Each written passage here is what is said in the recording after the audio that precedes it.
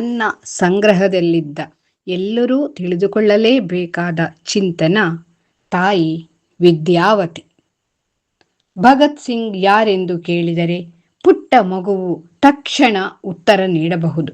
ಭಾರತ ಮಾತೆಯ ಒಡಲಿಗೆ ತನ್ನ ಮಗನನ್ನು ಅರ್ಪಿಸಿದ ಅವರ ಅಮ್ಮ ಯಾರೆಂದು ಕೇಳಿದರೆ ಉತ್ತರ ದೊರಕುವುದು ಕಷ್ಟ ಸಾಧ್ಯವೇ ಸರಿ. ಇವತ್ತು ಅಂತಹ ಮಹಾನ್ ಮಾತೆ ಭಗತ್ ಸಿಂಗರ ತಾಯಿ ವಿದ್ಯಾವತಿ ಕುರಿತು ಒಂದು ಪುಸ್ತಕದಲ್ಲಿ ಓದಿ ನಾನು ತಿಳಿದುಕೊಂಡಷ್ಟರ ಮಟ್ಟಿಗೆ ಈ ಒಂದು ಚಿಂತನದಲ್ಲಿ ಪ್ರಸ್ತುತಪಡಿಸುತ್ತೇನೆ. ವಿದ್ಯಾವತಿಯವರು ಪಂಜಾಬಿನ ಮೋರನ್ ವಾಲಿ ಗ್ರಾಮದಲ್ಲಿ 1887ರಲ್ಲಿ ಜನಿಸಿದರು. ಇವರ ತಂದೆ ವಾಯಾರ್ನ್ ಸಿಂಗ್. ಇವರು ಶಸ್ತ್ರಾಸ್ತ್ರ ಹಿಡಿದು ಕ್ರಾಂತಿಕಾರಿಯಾಗಿ ಹೋರಾಟ ನಡೆಸಲಿಲ್ಲ, ಆದರೆ ಹೋರಾಟಗಾರರನ್ನು ಹುರಿದುಂಬಿಸಿದ ಭಾರತದ ವೀರ ನಾರಿ. ಇವರನ್ನು 13ನೇ ವಯಸ್ಸಿಗೆ ಕಿಶನ್ ಸಿಂಗ್ ಎಂಬವರಿಗೆ ವಿವಾಹ ಮಾಡಿ ಕೊಡಲಾಯಿತು. ಗಂಡನ ಮನೆಯವರೆಲ್ಲ ಭಾರತದ ಸ್ವಾತಂತ್ರ್ಯಕ್ಕಾಗಿ ತಮ್ಮ ಜೀವನವನ್ನು ಮುಡಿಪಾಗಿಟ್ಟವರು. ವಿದ್ಯಾವತಿಯವರಿಗೆ ಓದು ಬರಹ ತಿಳಿದಿರಲಿಲ್ಲ. ಇವರ ಪತಿಗೆ ಪತ್ನಿ ಓದು ಬರಹ ಕಲಿಯಬೇಕೆಂಬ ಆಸೆ ಇತ್ತು. ಇವರಿದ್ದ ಗ್ರಾಮದಲ್ಲಿ ಶಾಲೆ ಇರಲಿಲ್ಲ. ಸಾಧು ಸಂತರಿಂದ ಹಿಂದಿ ಪಂಜಾಬಿ ಬರಹಗಳನ್ನು ಸ್ವಲ್ಪ ಕಲಿತರು. ಆಗಿನ್ನು ವಿದ್ಯಾವತಿ ಚಿಕ್ಕವರು. ಪತಿಯ ಕ್ರಾಂತಿಕಾರಿ ಕೆಲಸಗಳಲ್ಲಿ ಸಹಕರಿಸುತ್ತಿದ್ದರು. ಆಗ ಅವರಿಗೆ ತಿಳಿಯಿತು, ತನ್ನ ದೇಶ ದಾಸ್ಯದಲ್ಲಿದೆ, ಆಂಗ್ಲರು ನಮ್ಮನ್ನು ಆಳುತ್ತಿದ್ದಾರೆಂದು. ವಿದ್ಯಾವತಿಗೆ ದೇಶ ಪ್ರೇಮ ಉಕ್ಕಿತು. ಪೊಲೀಸರು ತನ್ನ ಪತಿ ಹಾಗೂ ಕ್ರಾಂತಿಕಾರಿಗಳನ್ನು ಹುಡುಕಿಕೊಂಡು ಮನೆಗೆ ಬಂದಾಗ ಮನೆಯಲ್ಲೇ ಅವರನ್ನೆಲ್ಲ ಬಚ್ಚಿಟ್ಟುಕೊಂಡು ಕಾಪಾಡುತ್ತಿದ್ದರು. ಇದು ಸುಲಭದ ಕೆಲಸವಾಗಿರಲಿಲ್ಲ. ಆಂಗ್ಲರ ಕೆಂಗಣ್ಣಿಗೆ ಗುರಿಯಾಗಬೇಕಾಗುತ್ತಿತ್ತು. ಇವರ ಮನೆಯವರೆಲ್ಲ ಆಗಾಗ ಜೈಲು ಸೇರುತ್ತಿದ್ದರು. ಜೀವನದಲ್ಲಿ ಶಾಂತಿಯೇ ಇರಲಿಲ್ಲ. 1907 ಸೆಪ್ಟೆಂಬರ್ 28ರಲ್ಲಿ ವಿದ್ಯಾವತಿಯವರಿಗೆ ಗಂಡು ಮಗು ಹುಟ್ಟಿತು. ಆ ಮಗುವೆ ಬ್ರಿಟಿಷರ ಸಿಂಹ ಸ್ವಪ್ನವಾಗಿದ್ದ ಆಂಗ್ಲರ ಬುಡವನ್ನೇ ನಡುಗಿಸಿದ ಭಗತ್ ಸಿಂಗ್. ಎಲ್ಲರೂ ಜೈಲು ಸೇರಿದ ಸಂದರ್ಭದಲ್ಲಿ ತುಂಬಾ ಕಷ್ಟದಿಂದ ಮಗನನ್ನು ವಿದ್ಯಾವತಿಯವರು ಬೆಳೆಸಿದರು.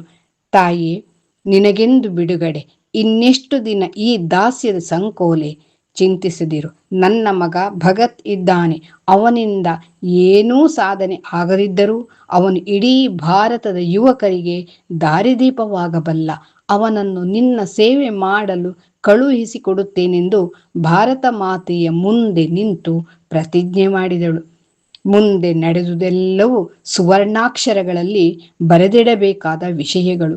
1927ರಲ್ಲಿ ಭಗತ್ ಸಿಂಗ್ ಸರ್ಕಾರ ಸದನ ನಡೆಸುತ್ತಿದ್ದಾಗ ಬಾಂಬ್ ಎಸೆದನೆಂದು ದಸ್ತುಗಿರಿ ಮಾಡಿದರು. ಅವನನ್ನು ಜೈಲಿನಿಂದ ಬಿಡಿಸಲು 60,000 ರೂಪಾಯಿಗಳನ್ನು ಜಾಮೀನು ಕೊಡಬೇಕಾಯಿತು. ಆ ದಿನಗಳಲ್ಲಿ 60,000 ಕಡಿಮೆ ಮೊತ್ತವೇ. ಆದರೂ ವಿದ್ಯಾವತಿ ಎದೆಗುಂದಲಿಲ್ಲ. ಮೊತ್ತ ಪಾವತಿಸಿ ಭಗತ್ ಸಿಂಗ್ನನ್ನು ಬಿಡುಗಡೆಗೊಳಿಸಿದರು. ಮತ್ತೆ ಮತ್ತೆ ಆಂಗ್ಲರು ಭಗತ್ನನ್ನು ಬಂಧಿಸಿ ಜೈಲಿಗಟ್ಟುತ್ತಿದ್ದರು. ವಿದ್ಯಾವತಿ ಮಗನನ್ನು ಭೇಟಿಯಾಗಬೇಕಾದರೆ ಗಂಟೆ ಕಟ್ಟಲೆ ಕಾಯಬೇಕಾಗುತ್ತಿತ್ತು. ಬ್ರಿಟಿಷ್ ಸರ್ಕಾರ ದಯಾಶೂನ್ಯವಾಗಿತ್ತು. ಭಗತ್ ಸಿಂಗನನ್ನು ಅಪರಾಧಿ ಎಂದು ಹೇಳಿತು. ಭಗತ್ ಸಿಂಗ್ ಹೇಳುತ್ತಿದ್ದ, ಅಮ್ಮ, ನಾನು ಗಲ್ಲಿಗೇರಿದರೂ ಬ್ರಿಟಿಷರನ್ನು ಹೊಡೆದೋಡಿಸಲು ಮತ್ತೆ ಹುಟ್ಟಿ ಬರುವೆನೆಂದು.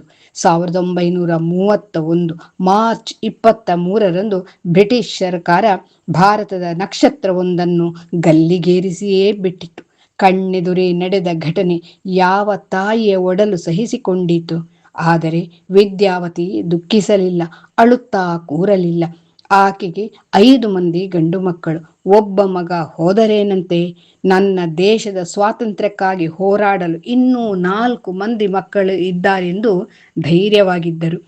ವಿದ್ಯಾವತಿಯವರು ಭಗತ್ ಸಿಂಗನಂತೆ ಅವನೊಂದಿಗೆ ಗಲ್ಲಿಗೇರಿದ ರಾಜಗುರು ಸುಖದೇವರೂ ಮಕ್ಕಳೇ. ಚಂದ್ರಶೇಖರ್ ಆಜಾದನನ್ನು ಮಗನಂತೆ ತಿಳಿದರು. 1973ರಲ್ಲಿ ವಿದ್ಯಾವತಿಯವರನ್ನು ಪಂಜಾಬ್ ಸರ್ಕಾರ ಪಂಜಾಬ್ ಮಾತಾ ಎಂದು ಬಿರುದು ನೀಡಿ ಗೌರವಿಸಿತು. ಆಗ ಅವರಿಗೆ 85ರ ಇಳಿ ವಯಸ್ಸು. ಜನತೆಯ ಗೌರವ ಸ್ವೀಕರಿಸಿ ಭಗತ್ ಸಿಂಗ್ ಸತ್ತಿಲ್ಲ, ನಾನು ಇರುವವರೆಗೂ ನನ್ನ ಬಳಿಯೇ ಇರುತ್ತಾನೆ, ನಾನು ಹೋದ ಮೇಲೆ ಅವನ ಬಳಿಗೆ ಹೋಗುತ್ತೇನೆ ಎಂದರು. ಬ್ರಿಟಿಷರು 1931ರಲ್ಲಿ ಭಗತ್ ಸಿಂಗರ ದೇಹವನ್ನು ರಹಸ್ಯವಾಗಿ ದಹನ ಮಾಡಿತ್ತು. ವಿದ್ಯಾವತಿಯವರು 1975ರಲ್ಲಿ ತೀರಿಕೊಂಡಾಗ ಭಗತ್ ಸಿಂಗರ ದೇಹ ಸುಟ್ಟ ಜಾಗದಲ್ಲಿ ಸಕಲ ಸರ್ಕಾರಿ ಗೌರವಗಳೊಂದಿಗೆ ಅವರ ಅಂತ್ಯ ಸಂಸ್ಕಾರ ಮಾಡಲಾಯಿತು. ಭಗತ್ ಸಿಂಗ್ ಎಂದೆಂದಿಗೂ ಅಮರ. ಅವರನ್ನು ಕೊಟ್ಟ ತಾಯಿ ವಿದ್ಯಾವತಿಯವರೂ ಕೂಡ ಅಮರ.